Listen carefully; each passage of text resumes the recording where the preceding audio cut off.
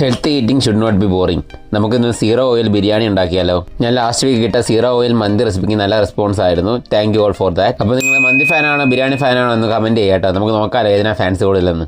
ബിരിയാണി ഉണ്ടാക്കുന്ന പാത്രത്തിൽ ആവശ്യത്തിന് ചിക്കൻ എടുക്കുക. അതിൻ്റെ കൂടെ ഉള്ളി, തക്കാളി, ginger garlic paste, whole spices എന്നിവ ആഡ് ചെയ്യുക.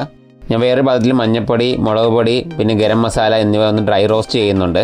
എന്നിട്ട് ഈ ഡ്രൈ റോസ്റ്റ് ചെയ്ത മസാലയും കൂടെ ആഡ് ചെയ്ത് നന്നായി മിക്സ് ചെയ്യുക. എന്നിട്ട് അടച്ച് വെച്ച് 10 to 15 മിനിറ്റ്സ് കുക്ക് ചെയ്യുക. ഇടയ്ക്കിടയ്ക്ക് നിങ്ങൾ തുറന്ന് ഇളക്കി കൊടുക്കുകയും വേണം.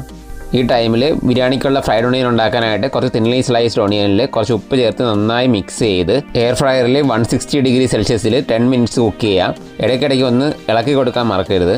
അത്രേ ഉള്ളൂ, നമ്മുടെ ഫ്രൈഡ് ഓണിയൻ റെഡിയായി.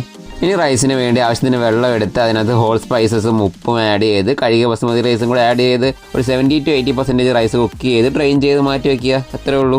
ഇനി അവസാനമായിട്ട് ചിക്കൻ കുറച്ച് മല്ലിയിലയും തൈരും നമ്മൾ നേരത്തെ ഫ്രൈ ചെയ്ത് ഓണിയനും കൂടെ ആഡ് ചെയ്ത് നന്നായി മിക്സ് ചെയ്യുക. ഇനി നമ്മൾ ദം ചെയ്യുമ്പോൾ റൈസിൻ്റെ മേളിൽ ഒഴിക്കാൻ കുറച്ച് ചിക്കൻ്റെ ഗ്രേവി എടുത്ത് ഞാൻ മാറ്റി വയ്ക്കുന്നുണ്ട്. ഇനി നമുക്ക് ലെയർ ചെയ്യാം. ചിക്കന് മേളിൽ റൈസ് ഇട്ട് അതിന് മേളിൽ മല്ലിയില, പുതിനയില, നമ്മുടെ ഫ്രൈഡ് ഓണിയൻ, കുറച്ച് ഗരം മസാല, പിന്നെ നമ്മൾ നേരത്തെ ചിക്കനിൽ നിന്ന് എടുത്ത് വെച്ച ഗ്രേവിയും കൂടെ ആഡ് ചെയ്ത് ലെയർ ചെയ്യുക. ഇനി നമുക്കിത് അടച്ച് വെച്ച് 20 to 30 മിനിറ്റ്സ് ദം ചെയ്യാം. ഇത്രയേ ഉള്ളൂ, നമ്മുടെ നോ ഓയിൽ ചിക്കൻ ബിരിയാണി റെഡിയായി. ഞാൻ എപ്പോഴും പറയുന്ന പോലെ ഇത്രയും ബിരിയാണി ഒരുമിച്ച് കഴിക്കുന്നത് ഒരിക്കലും ഹെൽത്തി അല്ല. നിങ്ങൾ ഇതിൻ്റെ പോർഷൻ കൺട്രോൾ ചെയ്യുക. ഞാനിതിപ്പോൾ 4 പോർഷനാക്കി 4 മീലായിട്ടാണ് കഴിക്കാൻ പോകുന്നത്.